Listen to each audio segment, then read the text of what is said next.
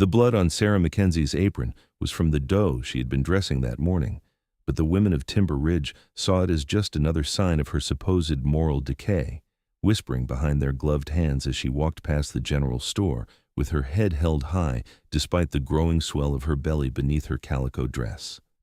It was August of 1876, and the Colorado mountain town had decided that the 22-year-old widow was carrying the bastard child of some nameless drifter who had passed through town 3 months prior, a man with cold eyes and a silver tongue who had vanished as quickly as he had arrived, leaving nothing but speculation and scandal in his wake. Sarah ignored the stares as she tied her provisions onto her mule, her hands steady even as her heart ached with the injustice of it all. The truth was far stranger than any of these gossiping women could imagine, but she had learned long ago that the truth mattered little when people had already made up their minds. She'd been widowed for 8 months now, ever since her husband Thomas had died in a mining accident up in the high country, and the loneliness of her small cabin at the edge of town had become a prison of sorts, the walls closing in with each passing day. The whispers grew louder as Constance Hargrove, the banker's wife and self-appointed moral guardian of Timber Ridge, approached with her usual entourage of similarly pinch-faced women. "Sarah McKenzie," Constance called out, her voice dripping with false concern. "I do hope you are taking care of yourself in your condition. It must be so difficult, not knowing who the father is, when having been taken advantage of by that drifter." Sarah turned slowly, her green eyes flashing with barely contained anger. "Mrs. Hargrove, I appreciate your concern, but I assure you that I know exactly who fathered this child, and it was no drifter." "Oh?" Constance's eyebrows rose dramatically. "Then pray tell who is the father. Surely if there were a respectable man involved, he would have come forward by now." Before Sarah could respond, a deep voice cut through the tension like a knife through butter. "She is pregnant by my wife." Every head turned to see the man who had spoken, and even Sarah felt her breath catch in her throat. He was massive, easily 6 feet 4 inches tall, with shoulders that seemed almost too broad for his buckskin shirt, which strained against muscles hardened by years of living in the unforgiving mountain wilderness. His hair was dark brown and fell past his shoulders, tied back loosely with a leather cord, and his face was weathered and rugged, with a strong jaw covered in several days' worth of beard growth. His eyes, a striking pale blue that seemed to see right through a person, were fixed on Constance Hargrove with an intensity that made the woman take an involuntary step backward. Sarah recognized him immediately. Jonas Blackwood, the mountain man who lived somewhere high in the peaks above Timber Ridge, a man who came down to town perhaps twice a year to trade furs and purchase supplies before disappearing back into the wilderness. She had seen him only once before, briefly, when Thomas had been alive, but she had never spoken to him. The man was a legend in these parts, known for his tracking skills, his strength, and his preference for solitude. "I beg your pardon," Constance sputtered, her face flushing red. "Your wife? Sir, I do not know who you are, but you cannot simply make such outrageous claims." Jonas stepped closer, and Sarah noticed that he moved with a predator's grace despite his size. "My name is Jonas Blackwood.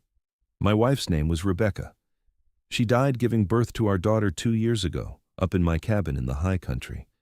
Before she died, she made me promise something." He paused, his jaw tightening as though the memory pained him. "She made me promise that if anything ever happened to me, I would find someone to care for our daughter, someone good and kind, someone like Sarah McKenzie." The crowd had grown silent, hanging on every word. But Sarah herself was stunned, having no idea where this was leading or why this stranger was involving himself in her troubles. Jonas continued, his voice carrying easily across the gathering crowd. "6 months ago, I came down from the mountain to honor my wife's wishes. I needed to find someone who could be a mother to my daughter if I did not survive the winter. I watched this town for weeks, and I saw Sarah McKenzie. I saw how she cared for old Mrs. Henderson when she was ill, how she shared her game with families who had little, how she remained strong and dignified even after losing her husband. And so I approached her, not as a drifter passing through, but as a man with a proposition." Sarah's mind was racing. She had no memory of this man approaching her, no recollection of any such conversation. What was he doing? I asked Sarah if she would consider becoming my wife, Jonas said, his eyes shifting to meet hers for just a moment, and in that brief glance she saw something that made her hold her tongue, a plea, perhaps, or a promise. Not out of love, I told her honestly, but out of necessity. I needed a mother for my daughter. She needed a home and protection. We came to an arrangement, and we were married by a traveling preacher up in the high country 4 months ago. The child she carries is mine, conceived in the fulfillment of our agreement to build a family together. The gasps from the crowd were audible. Constance Hargrove looked as though she might faint. "This is preposterous. Sarah, tell them this man is lying." Every eye turned to Sarah, and she found herself at a crossroads. She could expose Jonas Blackwood's lie and continue to face the scorn of the town, or she could play along with whatever game he was playing and accept the protection his name and presence offered. The decision took less than a heartbeat. "It is true," Sarah said, her voice steady. "I apologize for not telling anyone about the marriage, but Jonas and I agreed that it was our private business. I've been living in town while he finishes preparations on the cabin for the baby's arrival." The murmurs started immediately, a mixture of shock, disbelief, and grudging acceptance. Constance Hargrove looked between them, clearly searching for holes in the story, but Jonas's imposing presence and unwavering gaze made it difficult to challenge him directly. "Well," Constance finally said, sniffing indignantly, "I suppose congratulations are in order, though it would have been proper to inform the community of such a union. Come, ladies." She swept away with her followers, though Sarah could hear them whispering furiously as they went. As the crowd dispersed, Sarah turned to face Jonas Blackwood, her mind full of questions. Before she could speak, he placed a gentle hand on her elbow.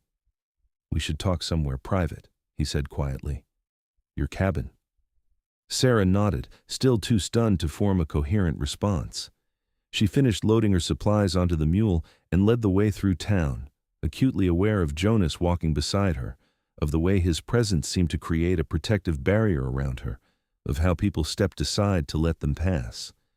She had gone from social pariah to the wife of a respected, if mysterious, a mountain man in the span of minutes. Her cabin was small but well maintained, a single-room structure with a loft that Thomas had built when they first married. She'd kept it immaculate in the months since his death, perhaps as a way of maintaining control over something in her life. As they entered, Jonas had to duck slightly to clear the doorframe, and his large frame seemed to fill the entire space. Sarah turned to face him, crossing her arms over her chest.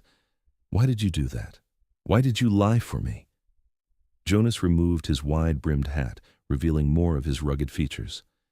"Because what they were saying about you was not right.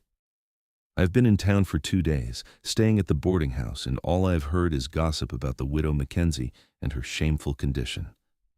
I asked around, learned your story, and I knew the truth was likely something these people would never accept." "And what truth is that?" Sarah asked, her voice challenging. Jonas met her gaze steadily. "That you are pregnant by your late husband, that you conceived shortly before his death, and that narrow-minded people cannot count months properly or choose not to when it suits their need for scandal." Sarah felt tears prick at her eyes, the first time she had let herself come close to crying in months. "Yes," she whispered. "Thomas and I were trying for a baby. We wanted children so badly. He died before I even knew I had conceived. By the time I realized I was with child, enough time had passed that people assumed it could not be his, and that drifter who came through town, the one they all blamed, he asked me for water one day and I gave it to him. That was the extent of our interaction, but it was enough for the gossips to create an entire sordid tale." Jonas nodded slowly. "People often prefer an exciting lie to a boring truth, but now you have a different story and a husband to protect you from their speculation." "But I do not have a husband," Sarah said, frustration creeping into her voice. "You have created an elaborate fiction that will fall apart the moment you leave town." "Then I will not leave town," Jonas said simply. "Or rather, you will come with me when I do. I meant what I said out there, Sarah. Not the part about us being married already, but the part about needing someone to care for my daughter. Rebecca has been dead for 2 years, and I have been raising Hannah alone in the mountains. It is no life for a little girl, growing up without a woman's influence, without other children to play with, without the chance to learn the things a mother teaches." Sarah sank into one of her wooden chairs, her mind reeling. You want me to actually marry you? To become a mother to your daughter? You do not even know me." Jonas pulled out the other chair and sat down, though he looked almost comically large in the simple furniture. "I know enough. I know you are kind and strong. I know you face adversity with dignity. I know you can hunt and provide for yourself, which means you can survive in the mountains. And I know you need protection and a future for your child. This can be a mutually beneficial arrangement." "An arrangement," Sarah repeated, the word tasting bitter on her tongue. "Like a business transaction." Something flickered across Jonas's face, an emotion she could not quite read. "Nah, my marriage to Rebecca started as an arrangement too," he admitted. "Her father was a trapper, and when he died, she had nowhere to go. I married her to give her protection and a home. But over time, we built something real. We came to care for each other deeply. I am not promising you love, Sarah. I am promising you safety, a home, and a father for your child. The rest we will see." Sarah looked down at her hands, her mind racing through her options. She could stay in Timber Ridge, raise her child alone while enduring endless gossip and judgment, struggling to provide for them both. Or she could accept this strange offer from an even stranger man, marry him, and take her chances in the wilderness with a ready-made family. "Tell me about your daughter," she said finally. "Tell me about Hannah." Jonas's expression softened noticeably. "She is 2 years old, nearly 3. She has her mother's dark hair and my blue eyes. She is curious and fearless, always trying to follow me into the woods. She talks constantly, makes up songs about everything she sees. She loves animals and is gentle with the creatures we encounter. But she needs more than I can give her. She needs stability, education, a woman's guidance." "And you?" Sarah asked. "What do you need?" Jonas was quiet for a long moment. "I need to know that if something happens to me, Hannah will be cared for. Living in the mountains is dangerous. Every time I go out to check my trap lines, every time I hunt, there's a risk. I need to know my daughter has a mother who will love her and protect her." "I do not know if I can love a child that is not mine," Sarah said honestly. "You will," Jonas said with certainty. "Hannah is very easy to love." Sarah stood and walked to the window, looking out at the town that had turned its back on her. "If I agree to this, when would we marry? How would this work?" "We can marry tomorrow if you wish," Jonas replied. "There is a circuit preacher in town. We marry here publicly, so there is no question of the legitimacy. Then you have whatever time you need to prepare to leave. When you are ready, we go up to my cabin in the mountains. You will have the rest of your pregnancy to settle in, to bond with Hannah, to make the place your home. When the baby comes, I will ride down and fetch the midwife from town." "And what will you expect from me as a wife?" Sarah asked, her cheeks flushing slightly at the implication. Jonas held her gaze steadily. "Then I will expect you to care for Hannah and to help manage the household. As for marital relations, that is entirely your choice. The child you carry provides us with the perfect excuse to abstain for many months, and after that, we can revisit the conversation. I will not force anything upon you, Sarah. You have my word." Sarah turned back to face him, studying his face for any sign of deception. She saw only honesty in those pale blue eyes, a straightforward sincerity that was almost disarming. "Why me?" she asked. "There must be other women who would jump at the chance to marry you. You are clearly capable of providing. You are not unpleasant to look at, and many women would love the adventure of mountain living." A hint of a smile played at the corner of Jonas's mouth. "Most women in these parts are afraid of the wilderness. They want the safety of town, the company of neighbors, the comforts of civilization. You have been living alone at the edge of town, hunting your own game, chopping your own wood. You are not afraid of hard work or solitude. And as I said, I watched you. You have a good heart, and that is what Hannah needs most." Sarah felt something shift inside her, a decision crystallizing. "I will do it," she said. "I will marry you and become a mother to Hannah. But I have conditions of my own." Jonas nodded. "Name them." "First, you will treat me with respect, always. Second, you will allow me to make decisions regarding Hannah's upbringing and the running of the household. Third, if at any point this arrangement becomes unbearable for either of us, we will address it honestly rather than suffering in silence. And fourth, you will tell me the complete truth about how your wife died." Jonas's jaw tightened at the last condition, but he nodded. Agreed. Rebecca's labor was long and difficult. I did everything I could, but I'm not a midwife or a doctor. She hemorrhaged after Hannah was born. I could not stop the bleeding. She died in my arms, asking me to take care of our daughter and to not let grief consume me. His voice was rough with old pain. I buried her on a hillside above the cabin, where she can see the mountains she loved. I have kept my promise to not let grief consume me. But I have been lonely, Sarah. A man can only talk to himself and a toddler for so long before he starts to lose touch with the world. Sarah felt a wave of sympathy for this large, stoic man who had experienced such loss. I am sorry for what you went through. And I am sorry for what you've carried alone. Jonas stood, replacing his hat. Then we have an understanding. I will arrange for the preacher to perform the ceremony tomorrow afternoon, if that suits you. We can do it here, or at the church if you prefer. Here is fine, Sarah said. I have no desire to parade before the entire town again so soon. I will bring witnesses so the marriage is legal and recorded, Jonas said, and I will return tomorrow at 2 o'clock. Is there anything you need before then? Sarah shook her head. No, I think I need time to absorb all of this. Jonas moved toward the door, then paused. Sarah, I want you to know that I will do right by you. I know this is not the marriage you dreamed of as a girl, but I will do my best to make it a good life. After he left, Sarah sank back into her chair and placed her hands on her swollen belly. Well, little one, she whispered, it seems your life just took an unexpected turn. Let us hope your mother knows what she is doing. The next afternoon, Sarah wore her best dress, a deep blue wool that Thomas had bought her for their first anniversary. It still fit, though it was snug across her expanding middle. She had braided her auburn hair and pinned it up, and she wore the only piece of jewelry she owned, a simple silver locket that had belonged to her mother. Jonas arrived precisely at 2 o'clock, accompanied by the preacher, Reverend Morton, and 2 townsmen who would serve as witnesses. Jonas himself had cleaned up considerably.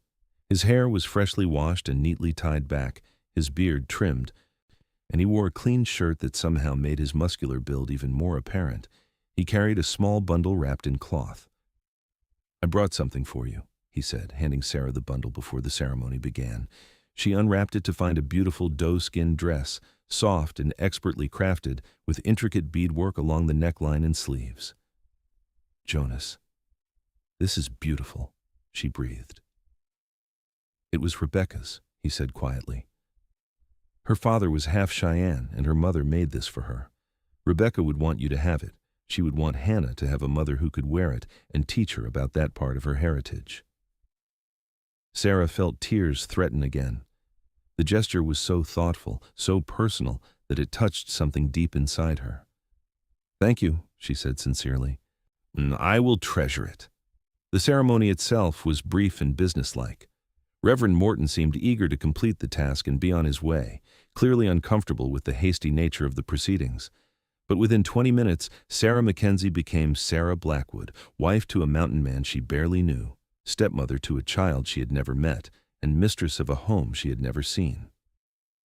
After the witnesses left and Reverend Morton departed with his fee, Jonas and Sarah stood alone in the cabin that would be hers for only a few more weeks. How do you feel? Jonas asked. Uncertain, Sarah admitted, but not regretful, at least not yet. Jonas nodded. That is honest, and I appreciate honesty. I need to return to the mountain tomorrow. Hannah is with a Ute woman named Nahala who lives about an hour from my cabin. She's been watching Hannah when I need to be away for more than a day, but I do not like to leave her for long. How much time do you need before you are ready to travel? Sarah looked around her cabin, mentally cataloging what she would need to pack and what she could leave behind. 2 weeks, she said. I need to settle my affairs, sell what I cannot take, and prepare for the journey. Will the trip be difficult in my condition? It is a full day's travel by horseback, longer if we take it slowly, which we will. The terrain is rugged, but I will make sure you are safe. Can you ride? Yes, Thomas and I had 2 horses. I sold one after he died, but I still have Daisy, a good mare. Bring her. I will come back in 2 weeks to help you transport your belongings, pack warm clothes and anything that has sentimental value. The cabin is well stocked with basic supplies, but if there are specific things you want or need, bring them. Over the next 2 weeks, Sarah worked from dawn until dusk preparing for her new life. She sold most of her furniture to families in town, keeping only the items she could not bear to part with: her mother's quilt, her father's Bible, Thomas's pocket watch, and a few cooking implements that had been gifts. She packed her clothes, her sewing supplies, seeds from her garden, and her small collection of books. The women of Timber Ridge, their opinions dramatically shifted now that Sarah was a respectable married woman, came by with gifts and advice. Constance Hargrove even brought a baby blanket she had knitted, though her smile was tight and forced. Sarah accepted it all with grace, knowing that she would soon be far from their judgment and their conditional acceptance. Jonas returned exactly 2 weeks later, leading 2 pack mules and riding a massive black horse that suited him perfectly. He helped Sarah load her belongings efficiently, his strength making light work of items she had struggled with. As they prepared to leave, Sarah took one last look at the cabin where she had been a wife and a widow, where she had learned of her pregnancy and faced down scandal. "Ready?" Jonas asked gently. Sarah nodded and mounted Daisy. "As ready as I will ever be." The journey into the mountains was both beautiful and grueling. They followed narrow trails that climbed steadily upward, winding through forests of pine and aspen. Jonas set a measured pace, stopping frequently to let Sarah rest and stretch. Beauty pointed out landmarks, taught her to identify game trails, and shared stories of the land. "The Ute people have lived in these mountains for generations," he explained as they paused by a rushing stream. "I have learned much from them about survival and respect for the land. Nala, the woman caring for Hannah, her husband was a friend of mine. He died in a hunting accident last year, and she's been alone since. She and Rebecca were close." "Tell me more about Rebecca," Sarah said, surprising herself with the request. Jonas was quiet for a moment, his eyes distant. She was small and fierce, always laughing or singing. She loved to dance, and she would make me dance with her in the cabin, even though I have no skill for it. She taught me patience and showed me that strength comes in many forms. When she got pregnant with Hannah, she was so happy. She planned everything, made clothes, prepared the cabin, but the pregnancy was hard on her. She was sick much of the time, and the birth, it was just too much for her body."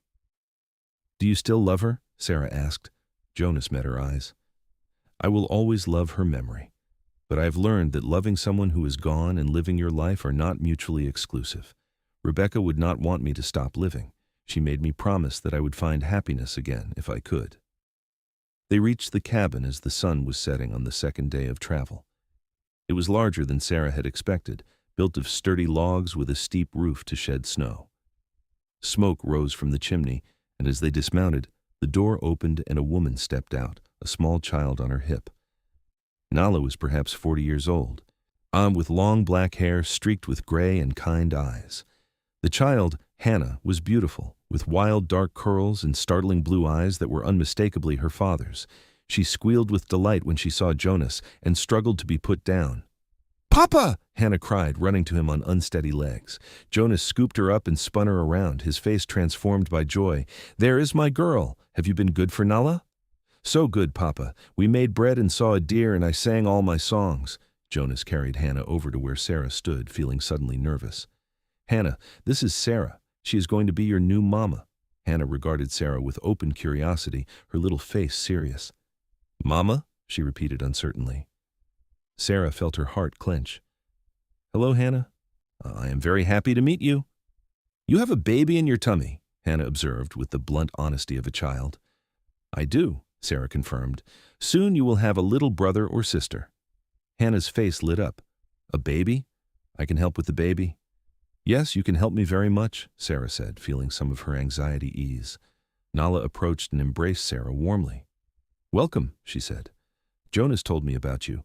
I am glad he found someone. This child needs a mother, and he needs a wife, though he is too stubborn to admit how lonely he has been." The women exchanged a smile of understanding while Jonas carried their belongings inside. The cabin was even more impressive on the interior.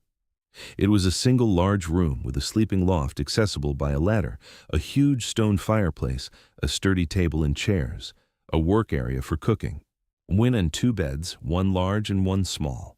The walls were lined with shelves holding supplies, furs, and various tools. Windows on 3 sides let in light, and the whole place had a comfortable, lived-in feeling. Rebecca had good taste, Nala said, following Sarah's gaze. She made this place a home, and now you will add your own touches and make it yours. Over the next few weeks, Sarah settled into her new life with a mixture of trepidation and growing comfort. Hannah, after initial shyness, attached herself to Sarah with the wholehearted devotion of a child starved for maternal affection. She followed Sarah everywhere, helping with chores, chattering constantly, and climbing into Sarah's lap whenever she sat down. Jonas was a considerate husband and housemate. He rose early to check his trap lines, and always returning by midday to help with the heavier chores. He taught Sarah how to preserve meat, how to read the weather signs, and how to use the rifle that hung above the door. He was patient with her questions and respectful of her space, sleeping in the loft while Sarah took the large bed on the main floor. As Sarah's pregnancy advanced, Jonas took over more of the physical labor without ever making her feel incapable. When she struggled to bend over to retrieve something, he was there without her asking. When she grew tired in the evenings, he would take Hannah up to the loft to tuck her in, reading to her from one of the few books he owned until she fell asleep. One evening in late October, as they sat by the fire after Hannah had gone to bed, Sarah was mending one of Jonas's shirts when she felt the baby kick strongly. When she gasped and placed her hand on her belly.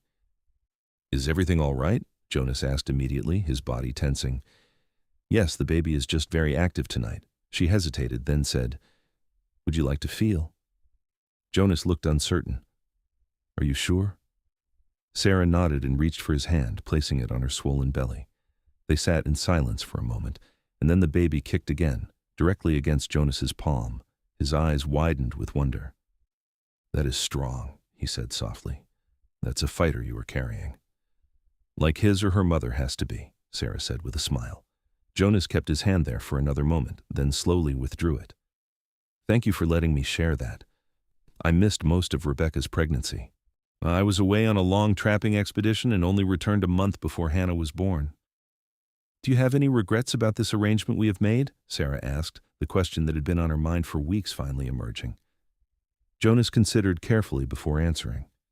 "No, do you?" "No," Sarah admitted. "I thought I might, but this is a good life. Hannah is a joy, the cabin is comfortable, and you are a good man, Jonas Blackwood, better than I expected."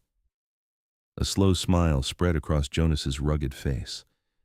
"You are different than I expected, too. I thought you would struggle more with the isolation, with the hard work, but you have adapted as though you were born to mountain living." "I think perhaps I was," Sarah said. "I never felt comfortable in town, always subject to the scrutiny and judgment of others. Here, I feel free." "Then this is where you belong," Jonas said simply. As winter approached and the first snows began to fall, Sarah felt her time drawing near. Jonas had already made arrangements, riding down to town to retain the services of Mrs. Colleen Murphy, an experienced midwife who had delivered half the babies in Timber Ridge. She had agreed to come when summoned, and Jonas had prepared a comfortable room at the boarding house for her to wait during Sarah's final month. The first signs of labor came on a clear December morning.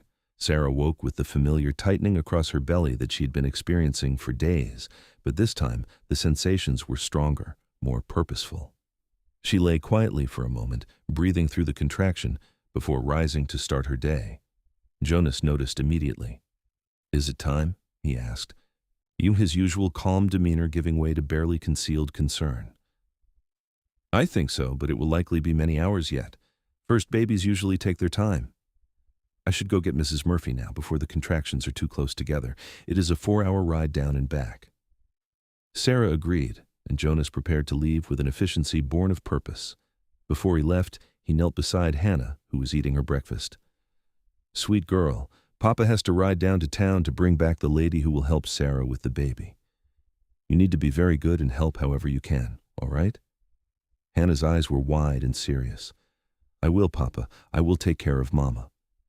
The word Mama coming so naturally from Hannah's lips made Sarah's eyes sting with sudden tears. Over the past months, Hannah had fully accepted Sarah as her mother, and Sarah had fallen completely in love with the spirited, sweet child. After Jonas left, Sarah went about her normal tasks, pausing when contractions came, breathing through them while Hannah watched with concerned fascination.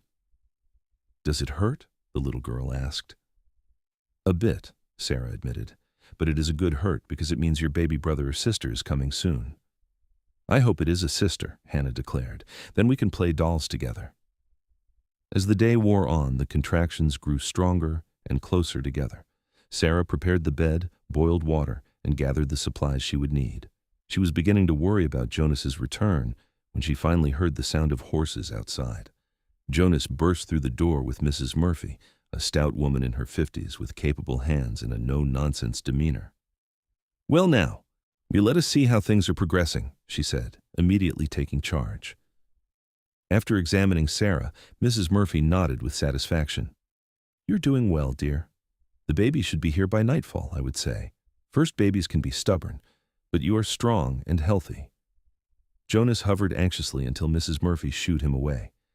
"Take the child and make yourself useful elsewhere. This is women's work and you will only be in the way." "I am not leaving," Jonas said firmly, "but I will stay with Hannah in the loft."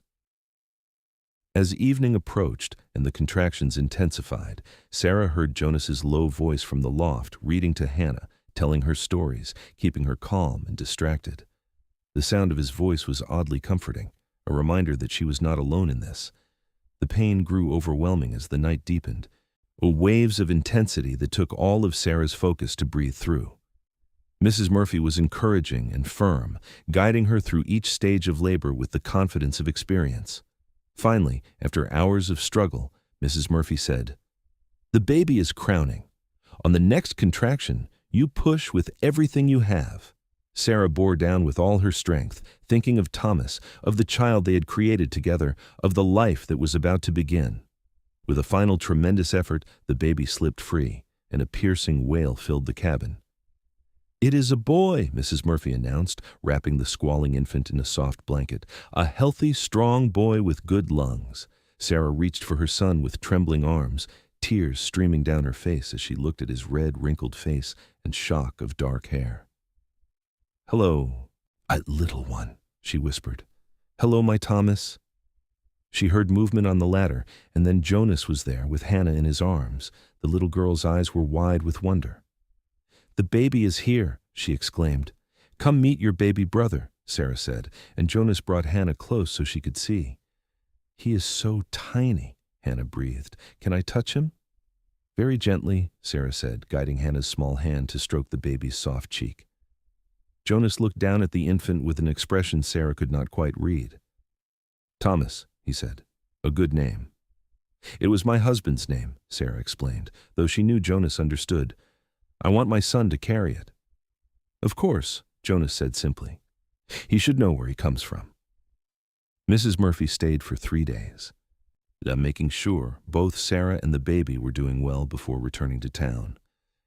During that time, Jonas cared for Hannah, managed the household, and brought Sarah meals, all while keeping a respectful distance from the new mother and child. On the 3rd night, after Mrs. Murphy had left and Hannah was asleep, Jonas approached Sarah as she nursed baby Thomas by the fire. "May I sit with you?" he asked. "Please," Sarah said, gesturing to the chair beside her.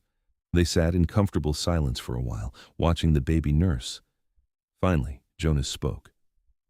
"You have made this cabin feel like a home again. I did not realize how much I missed that until you arrived." Sarah looked at him, this strong, stoic man who had given her safety and protection when she needed it most. "You have given me a life when I had none, Jonas. You have accepted my son as though he were your own blood." "He is my son now," Jonas said quietly. "I will raise him as such, if you will allow it. He will know about Thomas McKenzie, but I will be his father in all the ways that matter." Sarah felt something shift in her chest, a warming that went beyond gratitude. She reached out and placed her hand over Jonas's, where it rested on the arm of his chair. "Thank you," she said, "for everything." Jonas turned his hand over to grasp hers gently. "We are a family now, Sarah. A real family." The winter passed in a blur of new parenthood and growing familiarity. Jonas proved to be a natural father to both children, patient with Hannah's endless questions and gentle with baby Thomas. He carved toys for them, told them stories, and showed a tender side that contrasted beautifully with his rugged exterior. Sarah found herself watching him more and more, noticing the way his muscles moved beneath his shirt when he chopped wood, the way his eyes crinkled when he smiled, the deep timbre of his voice when he sang old mountain songs to the children. She realized with some surprise that she was attracted to her husband, that the respect and gratitude she felt for him were evolving into something deeper. One evening in early March, after both children were asleep and she and Jonas were cleaning up after dinner, Sarah made a decision. "Jonas," she said, her heart pounding, "I think it is time we talked about the nature of our marriage." Jonas paused in wiping down the table, his body going still. "All right," he said carefully. Sarah took a breath for courage. "When we married, you said that marital relations would be my choice. I appreciate that you have given me time and space to heal and adjust, but I want you to know that if you wanted to, that is, if you would like to move from an arrangement to a real marriage in every sense, I would welcome that." Jonas set down the cloth he had been holding and turned to face her fully. "Sarah, I do not want you to feel obligated." "I do not feel obligated," Sarah interrupted. "I feel drawn to you. Over these months I have come to care for you deeply. I respect you, I admire you, and I find myself wanting more than this polite distance we have been maintaining." Jonas crossed the room in 3 long strides, stopping just in front of her. "You should know that I have been fighting my attraction to you since the day you agreed to marry me. I see you with the children, see your strength and grace, hear your laughter, and I want you more than I have wanted anything in a long time. But I did not want to rush you or make you feel pressured." Sarah reached up and placed her hand on his bearded cheek. "Then perhaps we have both been waiting for permission we did not need to ask for." Jonas lowered his head slowly, giving her every opportunity to change her mind, and then his lips met hers in a kiss that was both gentle and intense. Sarah melted into him, feeling the solid strength of his body, the warmth of his embrace, and the rightness of this moment. When they finally pulled apart, both breathless, Jonas rested his forehead against hers. "I want this to be real, Sarah. Not an arrangement, but a true marriage." "It already is real," Sarah whispered. "It has been for a while now. I love you, Jonas Blackwood." She felt him tense in surprise, and then he pulled back to look at her face, searching her eyes. "You love me?" "I do," Sarah confirmed. "I did not expect to, but I have fallen in love with you, with your kindness, your strength, your devotion to our children. I love the life we have built together." Jonas pulled her close again, burying his face in her hair. "I love you too," he said, his voice rough with emotion.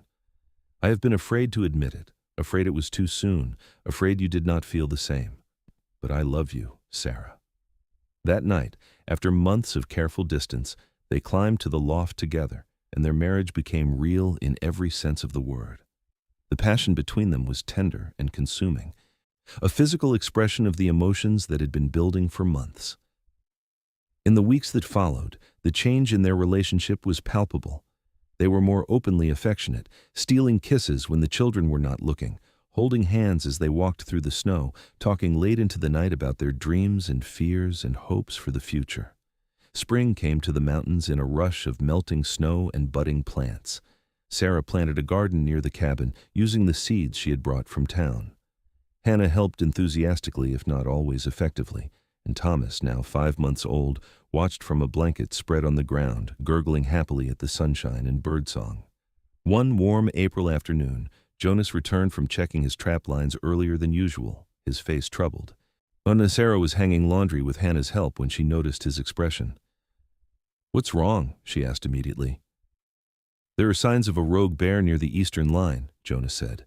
"A big one, and it has been into my traps. I need to track it and make sure it is not a threat to the cabin." Sarah felt a chill of fear.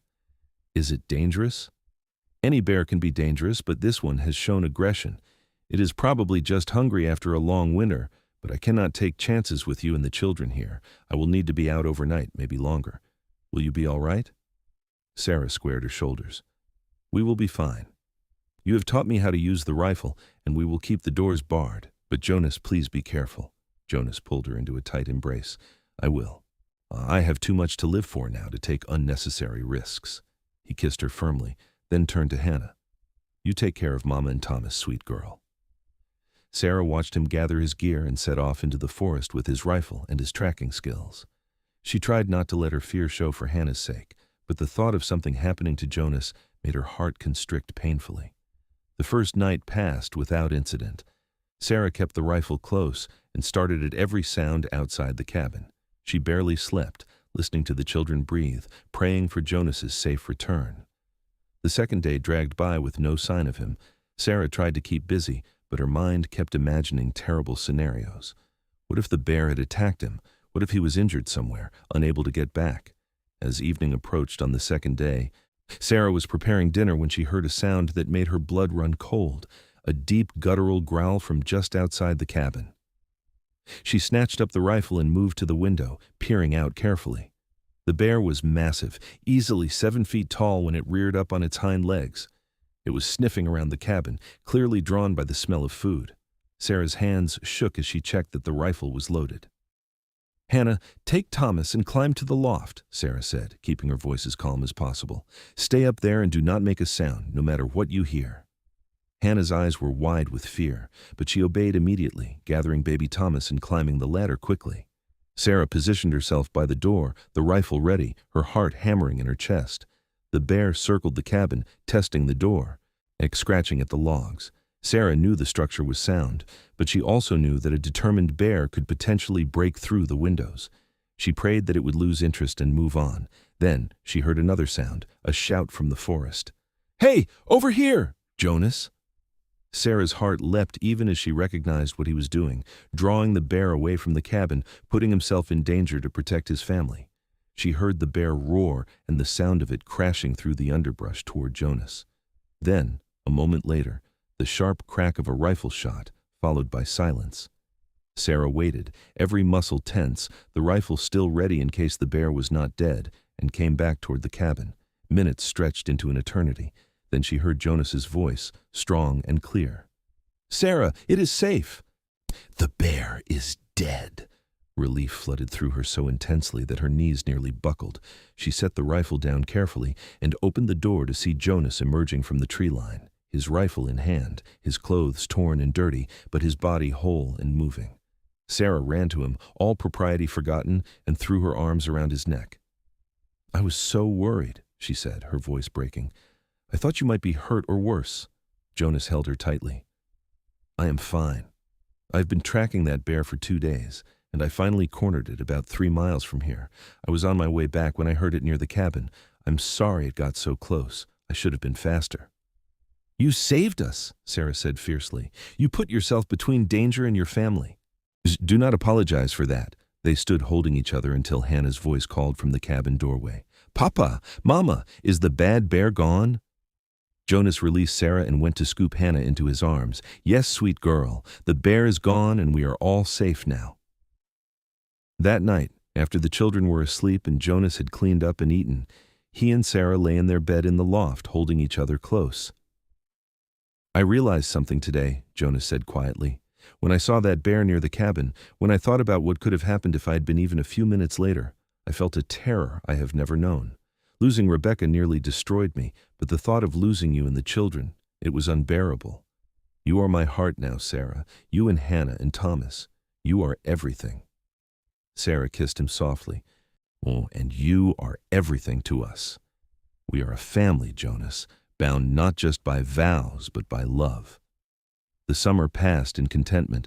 Jonas's furs brought good prices when he took them to the trading post, and he returned with supplies and small treats for the family. He brought Sarah fabric for a new dress, a doll for Hannah, and a rattle carved from wood for Thomas. Sarah's garden flourished, providing fresh vegetables that she preserved for the coming winter. She learned to make cheese from the goat Jonas had traded for, and she became skilled at smoking fish from the nearby streams. Hannah grew taller and more capable, helping with chores and doting on her baby brother. Thomas thrived, developing a sunny disposition and an easy laugh that delighted everyone. One evening in late August, as they celebrated Thomas's first birthday with a cake Sarah had made and a carved horse Jonas had crafted, Sarah felt a familiar flutter in her belly. She placed her hand there, waiting to feel it again. Jonas noticed her expression. What is it? Sarah smiled slowly. I think we are going to have another baby. Jonas's face split into a wide grin. Truly? I'm not certain yet, but I have learned to recognize the signs. If I am right, the baby will come next spring. Jonas pulled her into his arms and kissed her soundly, to the delighted giggles of Hannah. Another blessing, he said. Our family grows. The confirmation came a few weeks later, and Sarah felt a joy she had not expected. This pregnancy was different from her first. She was not alone and afraid, but surrounded by love and security. Jonas was attentive without being overbearing, making sure she did not overwork herself while still allowing her independence. As autumn painted the mountains in brilliant colors, Jonas took the whole family on a trip down to Timber Ridge. It was Thomas's first visit to town and Sarah's first since she had left nearly a year ago. The reaction of the townspeople was gratifying. Constance Hargrove and her circle of gossips were noticeably subdued when faced with Sarah's obvious happiness and the beautiful, healthy child in her arms. Jonas's protective presence and the clear affection between him and Sarah made it obvious that their marriage was no mere arrangement. They stayed at the boarding house for 2 nights, allowing Sarah to visit with the few women she had considered friends and to purchase supplies for the coming baby. Jonas took Hannah to the general store and let her pick out peppermint sticks, carrying her on his broad shoulders through town while she waved regally at passers-by. On their final evening in town, they were invited to dinner at Nahla's small house.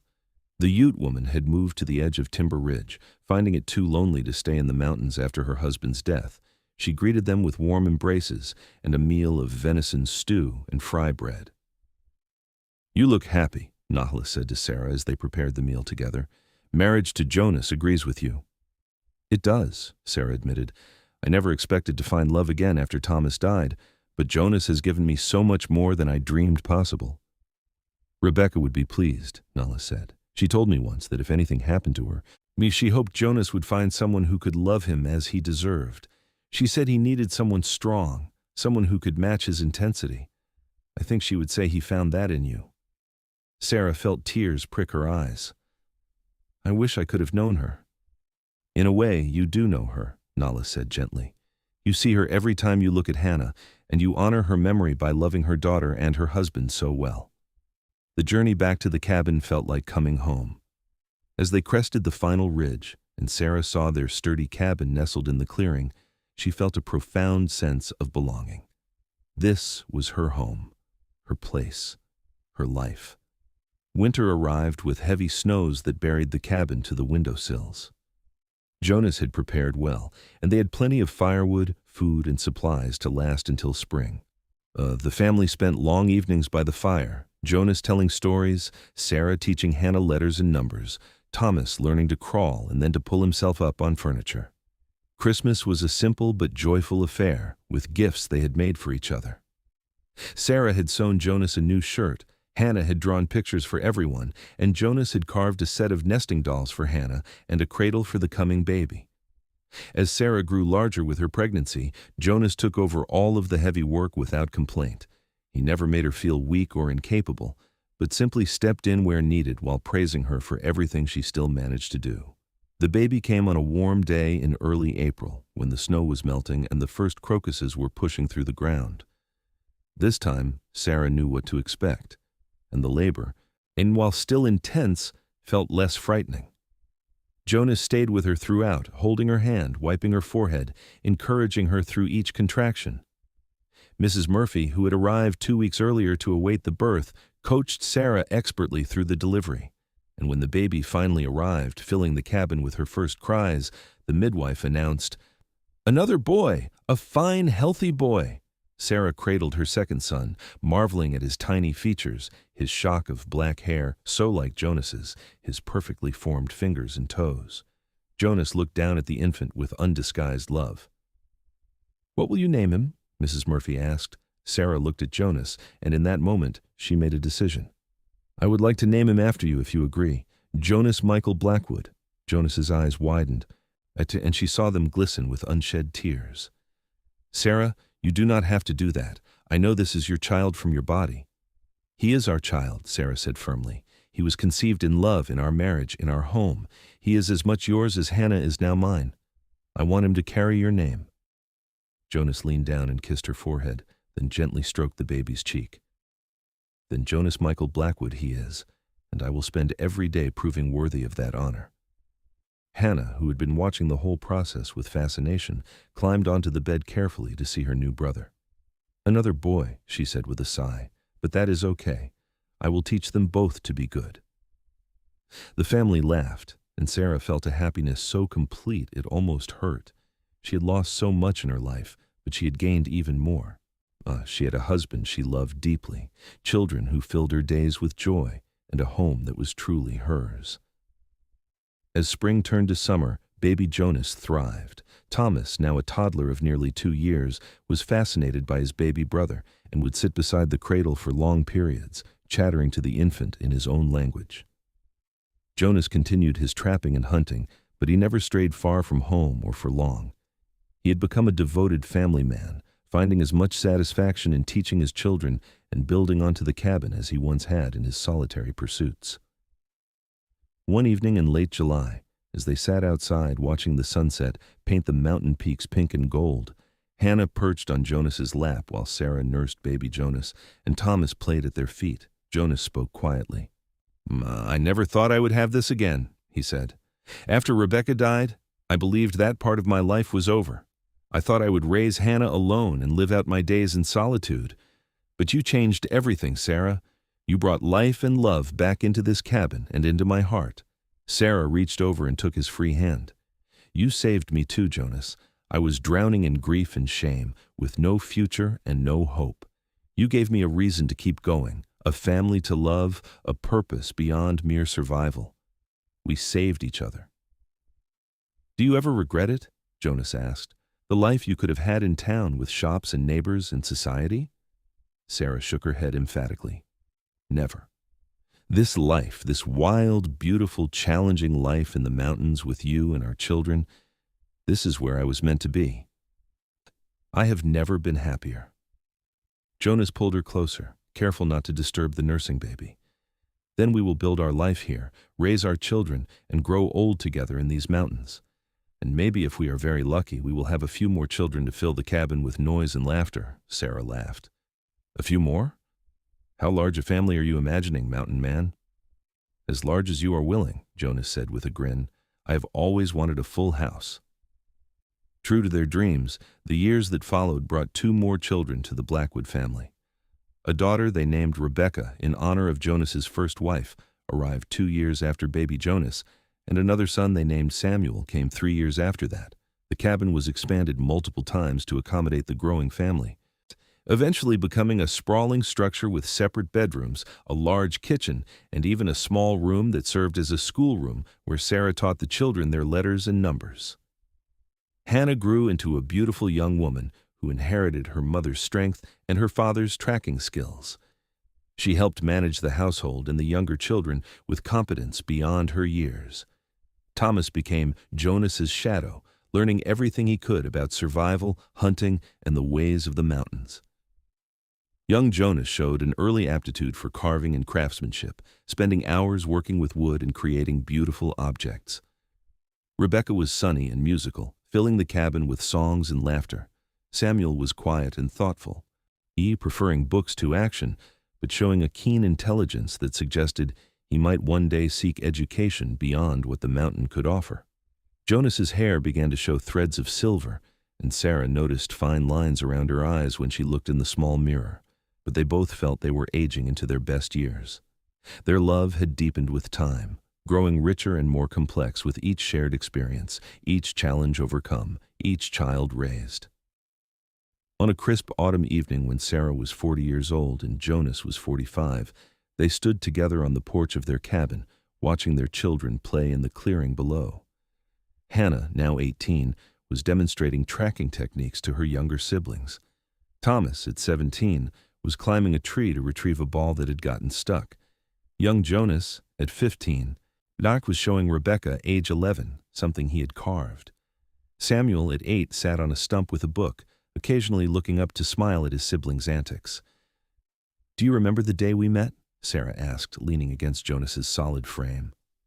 When you stepped forward and told that ridiculous lie to save me from the gossips? Jonas chuckled, the sound rumbling through his chest. It was not entirely a lie. I did need a mother for Hannah. And you got so much more than you bargained for, Sarah teased. 5 children, a wife who commandeered your cabin, and a much noisier life than you ever wanted. Jonas turned her to face him, his pale blue eyes still as piercing as they had been all those years ago. I got everything I never knew I needed, he said seriously. You are my heart, Sarah. These children are my legacy. This life we have built together is my greatest accomplishment. I would not change a single thing. Sarah reached up to touch his bearded face, now more gray than brown. Not even the time Rebecca let the chickens into the cabin and we spent 3 hours chasing them? Not even that, Jonas confirmed with a laugh. Though perhaps I could do without Samuel's experiments with cooking. We are still finding bits of that exploded stew in odd corners. They laughed together, the easy laughter of long companionship and deep love. As the sun set behind the mountains, painting the sky in brilliant colors, Sarah thought back to that day in Timber Ridge when her life had seemed hopeless, when she'd been the subject of cruel gossip, when her future had appeared bleak and uncertain. She thought about the strange twist of fate that had brought Jonas Blackwood into her life, a mountain man with a lie that became the truth, a marriage of convenience that became a love story. She thought about the child she had carried in shame, becoming the eldest son of a respected family, about the daughter she had never met. Becoming as much hers as if she had given birth to her, about the children conceived in love who filled their home with joy. What are you thinking about? Jonas asked, reading her contemplative expression. I'm thinking about gossips, Sarah said, about how they said I was pregnant by a drifter and how you said I was pregnant by your wife, and how both of those things were wrong, but your lie led us to this truth, this family, this life.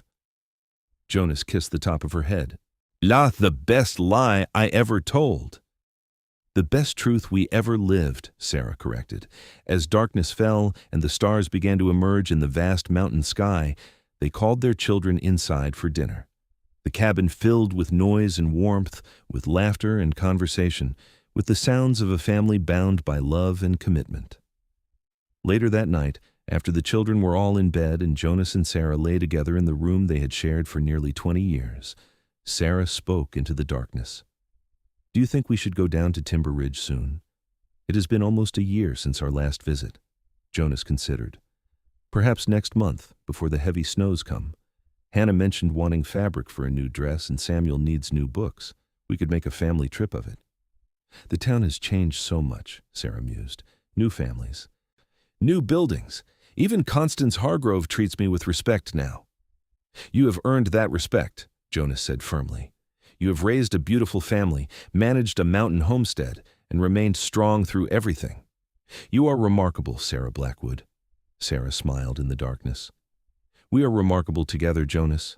Separately, we were both lost. Together, we found our way home.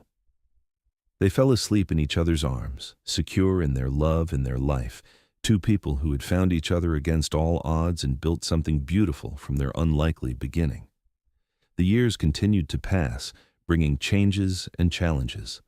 Thomas eventually left the mountain to seek his fortune, becoming a respected guide for people traveling through the Rockies.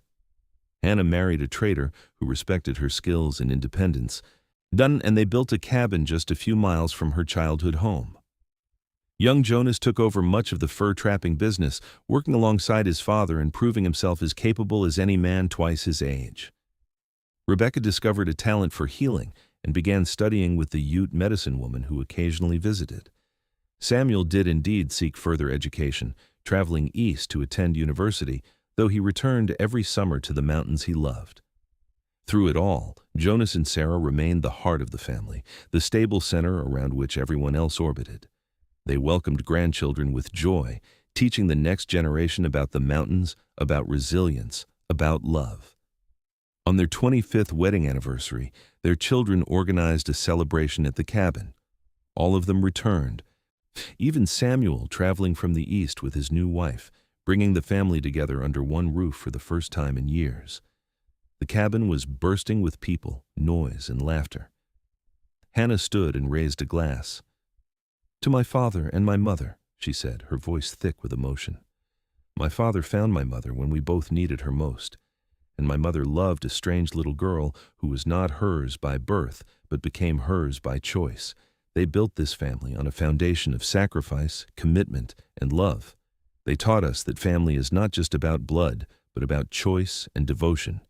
To Jonas and Sarah Blackwood, may they have another 25 years together. To Jonas and Sarah, the family chorused, raising their glasses.